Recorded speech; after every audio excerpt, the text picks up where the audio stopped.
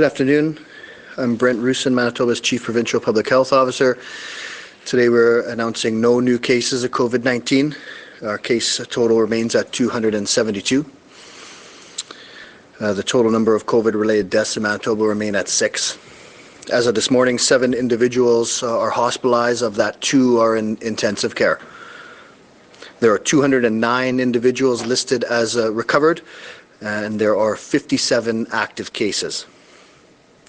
Yesterday, an additional 321 lab tests were performed. The total lab test performed to date is 23,857. Our testing capacity has increased, and many more people can be tested than are seeking a test at this time.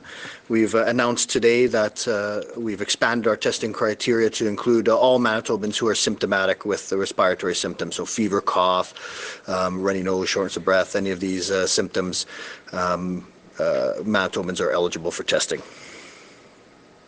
We continue to remind Manitobans that there should be no non-essential personal travel.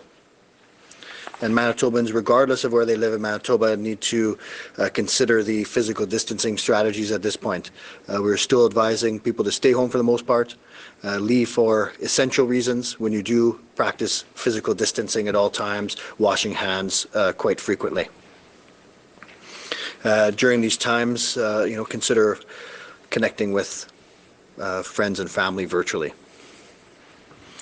To date, we have not seen significant community-based transmission in Manitoba. We've not had any outbreaks in personal care homes. We've addressed much of the issues regarding travel. All returning travelers are required to self-isolate for 14 days upon their return to Manitoba. We've limited travel to the north. We've put procedures in place to protect those most vulnerable in personal care homes. And so we are still practicing physical distancing strategies at this point, but with all the Manitobans' efforts at flattening our curve, we're now looking to be able to loosen some of our restrictions.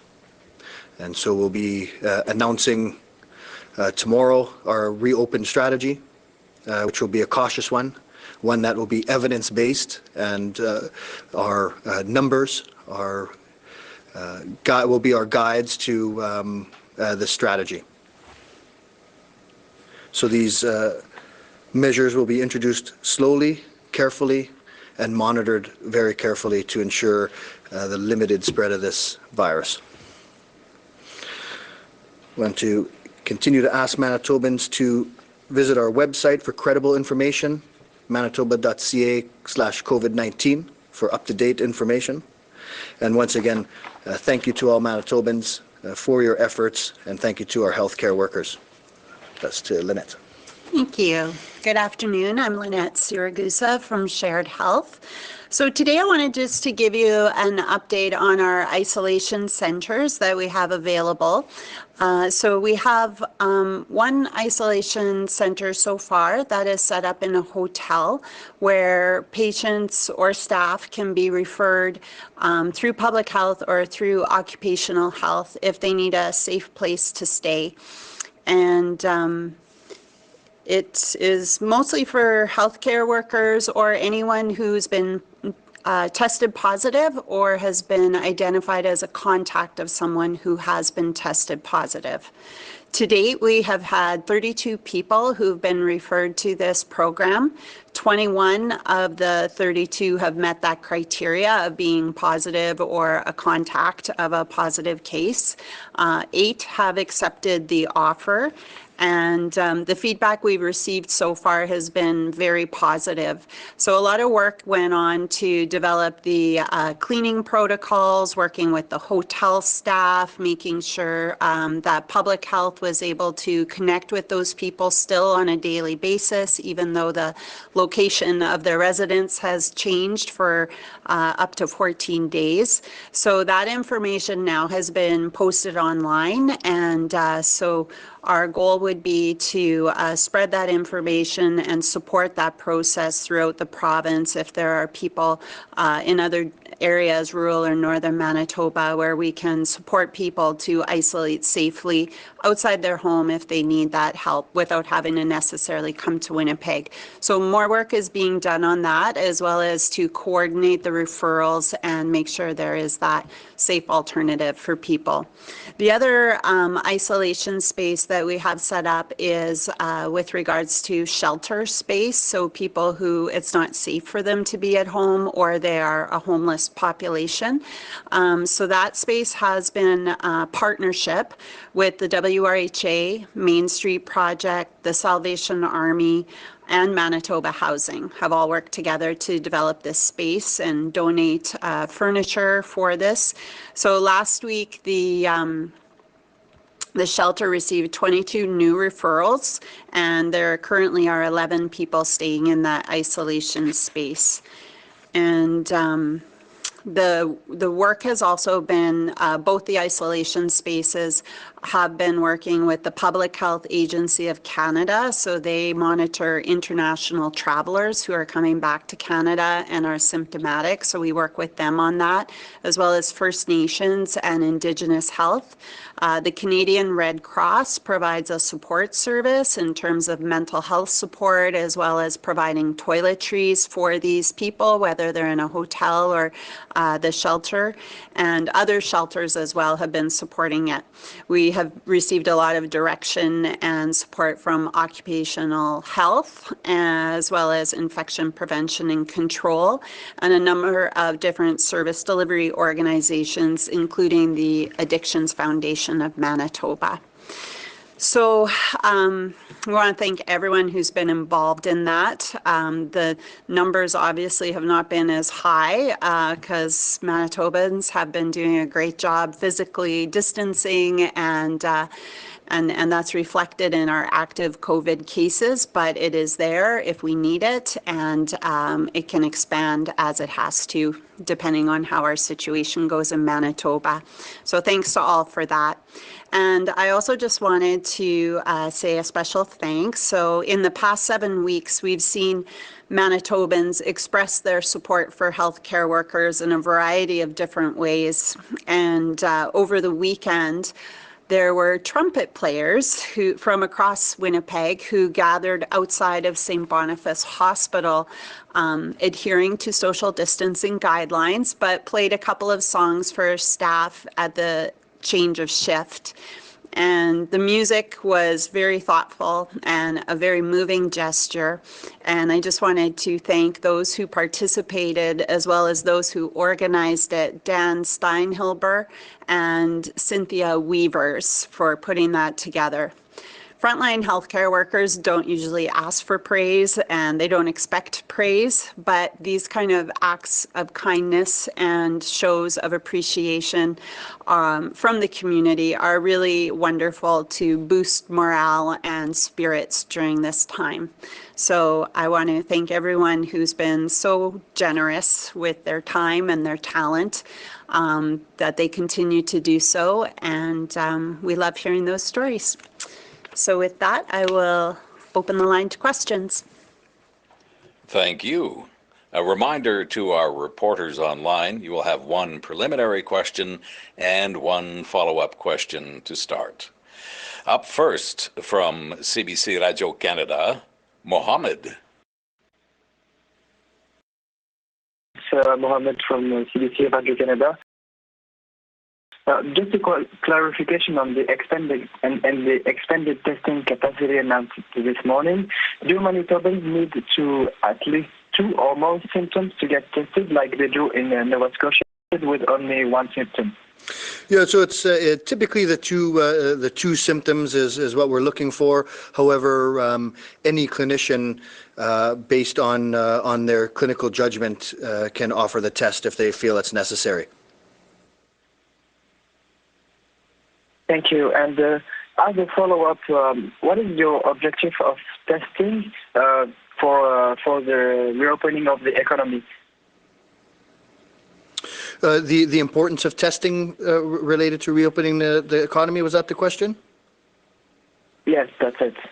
Yeah, I think that we have to be able to have the capacity to test more as we loosen our public health restrictions. We need to be prepared for more circulation of the virus, so we need to be able to ensure our testing capacity is wide so that we can still actively find cases, do aggressive contact tracing, and limit the spread further.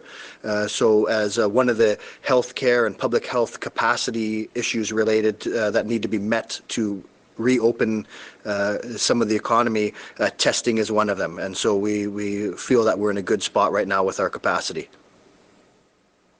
From CBC Manitoba, Bart.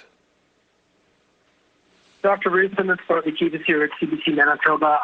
This reopening plan that you have described as careful and data-driven, can you describe the parameters that you're going to be using there? Are you looking at 2-week intervals, 4-week intervals? Can you talk about some of the parameters that you will be doing to reassess how well we are doing along the way? Yes, so there's a few, there's many indicators that we're looking at. Most of them will be a 7-day running average. So we'll be looking at things like the 7-day running average of influenza-like illness presentations to acute care facilities. We'll look at average bed utilization in hospitals. And so these are overall parameters that we're looking at. Another one includes the positive test rate of our tests and whether they're under the 1.5% that we're at now, and this will be averaged over 7 days. So certainly every day we're looking closely, but it's going to be more meaningful when you can average that over multiple days. Thank you very much for that response. Dr. Roussin, the use of the private DynaCare lab versus the offer that was in the past of university labs or other public, can you describe why the province has to contract a private lab to expand testing up to 3,000?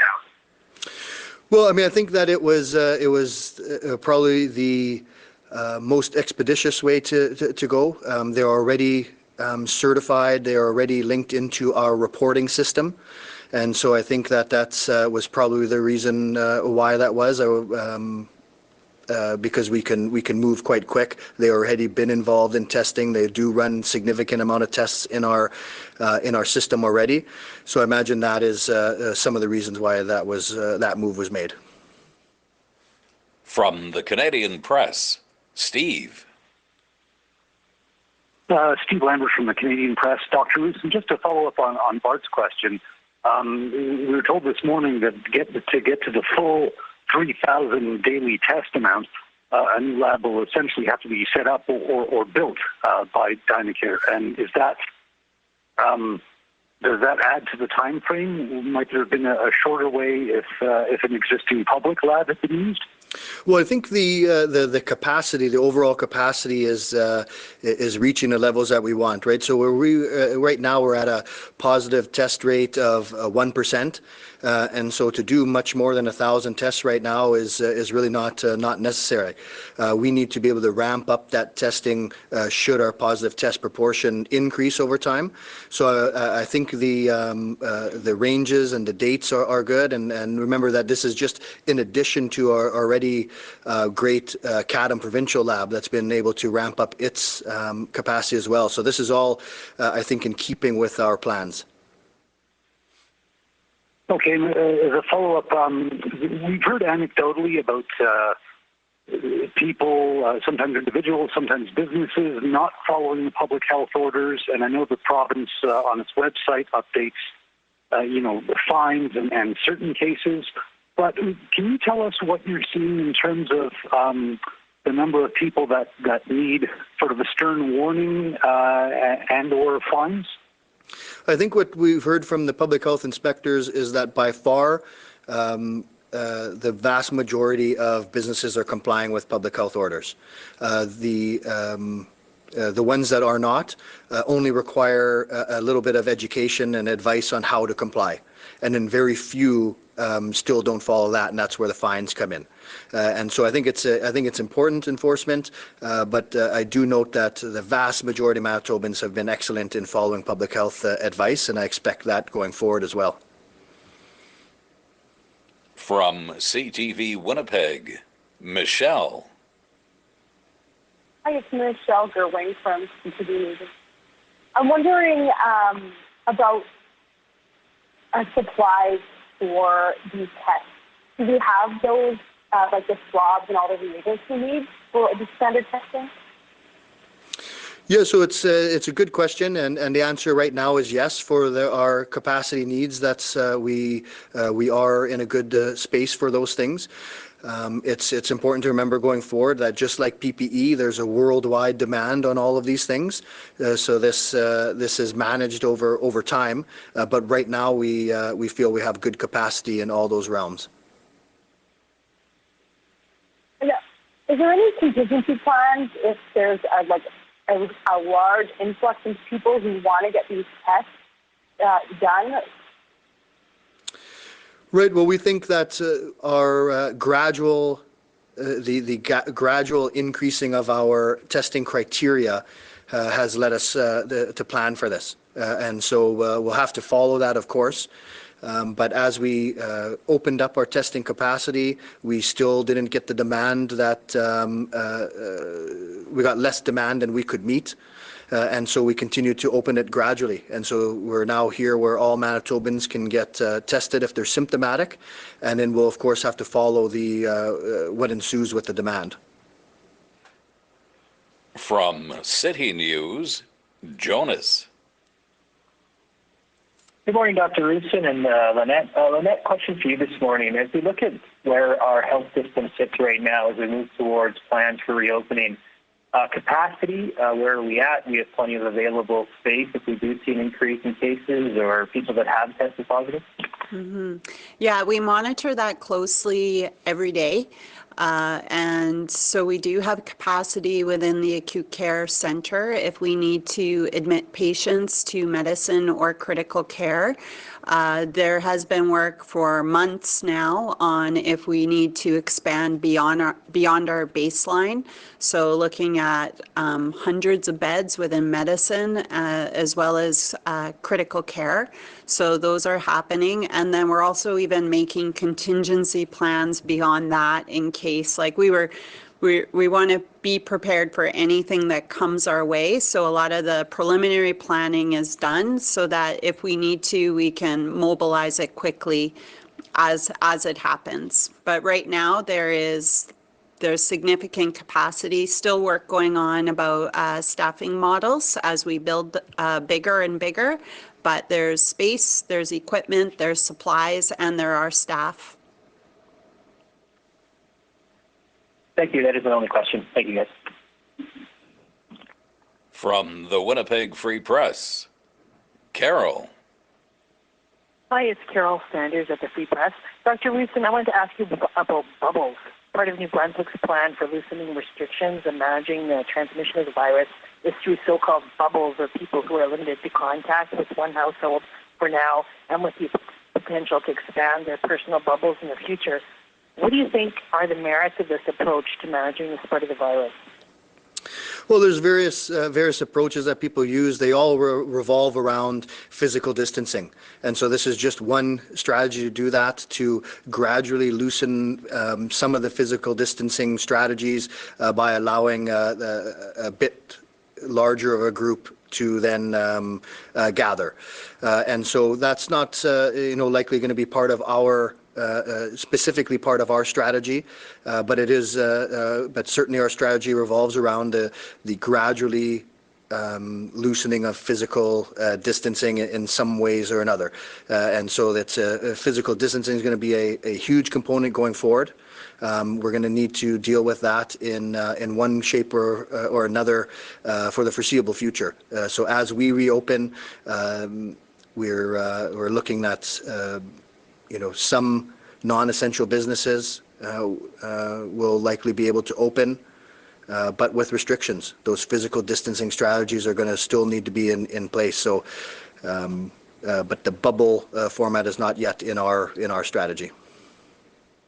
My follow-up question is about this morning the Premier was talking about the need for more testing being crucial to reopening and for people to be confident and feel safe about going into businesses and getting services. How will people know if people have been tested and are negative before they go into a place? Is there any notion of placarding or any kind of notifications for the public if a place has got a clean bill of health? I don't know. Yeah, so that wouldn't be part of our plans. What we're talking about here is that the access to testing is going to be expanded so that people who are symptomatic can be tested.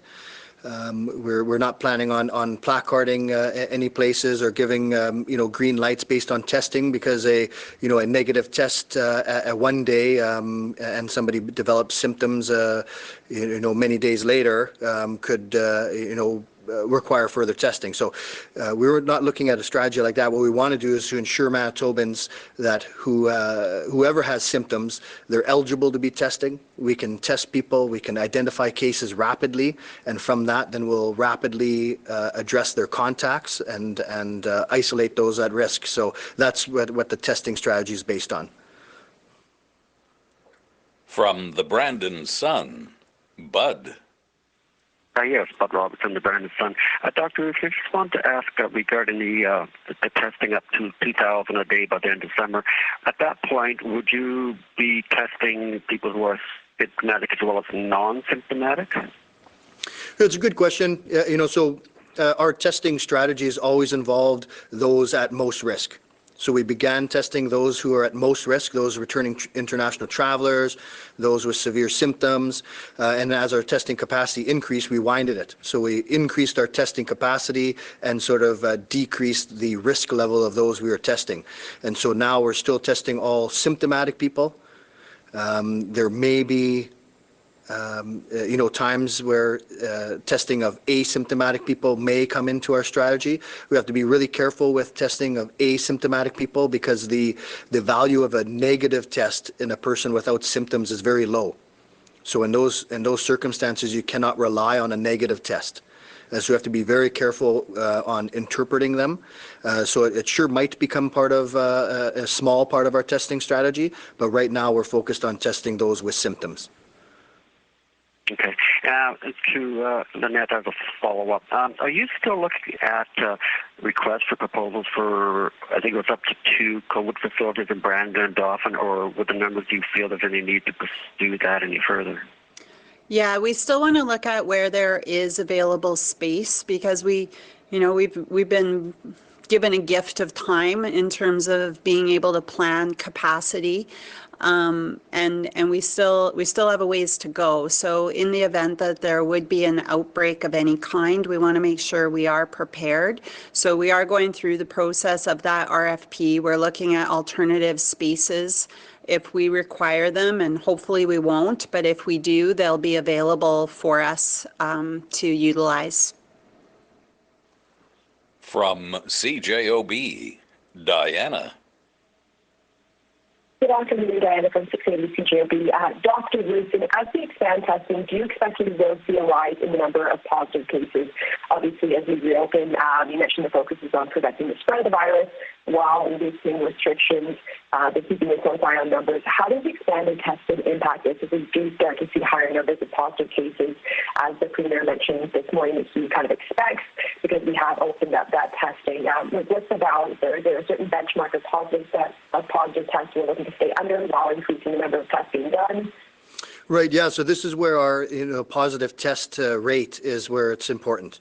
And so that's one of the indicators that we're going to monitor very closely. So if we're, testing, really a great number of people, but our positive test rate stays at about 1%, then that's, keeping us within a good range.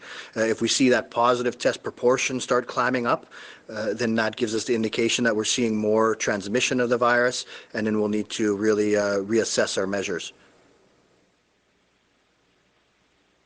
Okay, and then as a follow-up, I I know obviously you're very much about the science, about the numbers that we have, but on the expansion testing, do you believe the COVID numbers are a whole lot higher than what we've seen so far? Will expanded testing maybe reveal a fair bit more cases than we're expecting? With what we have right now, I would expect our positive test proportion to go down when we expand testing, because we're expanding testing to lower risk individuals now. And so what we mentioned is that we expect, roughly 15% of people that develop COVID to be hospitalized, and we're testing everyone who's hospitalized, and so our hospitalization rate is right around that range. So it's very unlikely we've missed a huge number of cases out there, or would have seen a increase in the bed utilization in our hospitals, which we don't. From the Winnipeg Sun, Scott. Hi, Scott Bill, Winnipeg Sun. I guess my question kind of follows that, or it's probably similar, but I guess I assume there's not a huge worry then that there's going to be an increase in hospitalizations, given that most of those in that lower risk population would have already been seen at this point then? Well, I mean, I think that the increase in testing certainly isn't going to lead to increase in hospitalizations. We've been testing all symptomatic individuals who have been hospitalized for quite some time now, and we see that rate hasn't increased. That rate is right in keeping with what denominator we have of cases, our current case load. So that tells us that there aren't large pockets of this virus circulating, or we would expect to have a much higher hospitalization rate than what we're seeing now. And so that's telling us why we don't think we're missing huge pockets of the virus at this point. Thanks. And my follow-up for Lynette is HealthLink's capacity right now to handle which could be a large influx of calls. I mean, obviously there's been a huge expansion in HealthLinks. Is the capacity there right now to handle a large influx of people looking to get tested? Yeah, there is. So when COVID first came to Manitoba, there was a lot of things we had to do to improve the system. So getting the online screening tool, upgrading the telephone lines, increasing the staffing. So at one time, HealthLinks did have about 2,400 calls coming at a time, and so that has decreased, but the technological improvements are still there. And so we have a lot of team members who work there permanently. We also have some casual staff that we can bring in, and if the increased surge comes in phone calls, then we can adapt quite quickly. Thank you. We have some time left for this session. If our reporters have any other questions, please proceed. Dr. Roussin, it's Carol at the Free Press. Do you know what our R value or R naught number is today? Well, the R value right now is in Manitoba is going to be, very likely below 1 right now. We're not seeing propagation of the virus, and so that's that's something that we're going to continue to follow really carefully. The R naught of this virus is thought to be somewhere around that 2.5 to 3, but certainly our R value is close to 1 at this point, and probably less than 1. Dr. Roussin, Diane from 680 CJOB. When it comes to using kind of top-notch technology to gather and track potential spread, what do you make of Blue Dot Technologies, which is the Toronto firm used by California, and sort of other companies in the same vein used to predict and track COVID-19 cases? What are your thoughts on kind of using an app or something like this as we go forward? Yeah, it's something that we're addressing here. It's we've looked nationally as well at the various apps, and I think that as we look to want to loosen our public health restrictions, then we have to adapt to that. And I think certainly certain technologies might help us with our goals on loosening these restrictions further. So we're looking at various different apps like this, and if we can find one that fits well the Manitoba picture, then we would certainly consider that. Michelle Gerwin from CTV. I'm wondering about antibody testing. I don't know if any has been approved by Health Canada, but is Manitoba looking at utilizing that at some point? Certainly when it's available, we will. It's very early right now with these antibody tests. We don't know right now whether these antibodies are neutralizing. So we don't know for sure whether the antibodies provide protection, and if they do provide protection, then for how long and how well they protect. So it's really early. We need to still learn a lot about that, but in most epidemics, serologic testing is a vital part of it. So we do hope to be able to be involved with that. There's work at the national level on that, so we'll be certainly involved in that.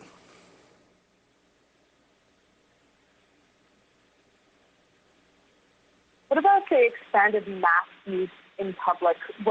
Is that a part of the plan? Just if people are going out shopping to wear masks? Yeah, I think like our mask recommendations will be similar to what they've been in the past. It'll be a recommendation, certainly not a requirement, and just to ensure that Manitobans know the purpose of this, that wearing a mask in public doesn't protect you. It may add protection to people around you, but the most important things remain the same. Staying home when you're ill, washing hands frequently, physical distancing when you're out, and then if you want to add to that, then a cloth mask may be beneficial. Is there any updates on how long the testing will take to get bad results now that we're doing expanded criteria? The test turnaround? Yeah, to get your result back. To get the result back, so certainly the test turnaround at the lab right now is roughly the 48 hours. And then, positive tests get out quite quickly by public health, and I think we've dramatically improved the turnaround notification time for negative test results from DynaCare calling those results out. Dr. Roussin, Barbara Kivitz here at CBC. How many more contact tracing personnel will need to be hired beyond the 50 More contact tracing. So certainly we have plans to be able to expand if necessary. We have a public health call center in place right now, and so that's something that is available to be expanded. So it's going to be really dependent on the numbers, how many cases we get at the same time. But we do have the ability to expand that. I don't the number is going to vary with the caseload. And why isn't Manitoba interested in contact tracing apps? Yeah, we are interested in, and we are looking. And so if we find one that's going to really fit the Manitoba picture, that's going to be accessible and acceptable by Manitobans, then we'll certainly be interested in looking at that. Dr. Roussin, I know you said that the bubble system wasn't something specifically that you're looking at, but couldn't having one or two households getting together help by simplifying contact tracing? If you know who's hanging around with who to track down if somebody tests positive? Yeah, well, I mean, that's the whole, not necessarily the goal isn't necessarily to simplify the contact tracing, it's to limit the amount of contacts. And so certainly that is one way of doing it. It's still expanding the contacts of what would be in just your household now to essentially another household. So these are some of the thoughts that go into these type of things. So it's the whole approach. When you talk about the R number, the R naught number, one of the biggest factors that's in there is the number of contacts, the average number of contacts of a case. And so when we can limit that, then we decrease the R value. So there's multiple different strategies for that. The bubble one is one of them, as you say, but there's multiple strategies to limit potential contacts.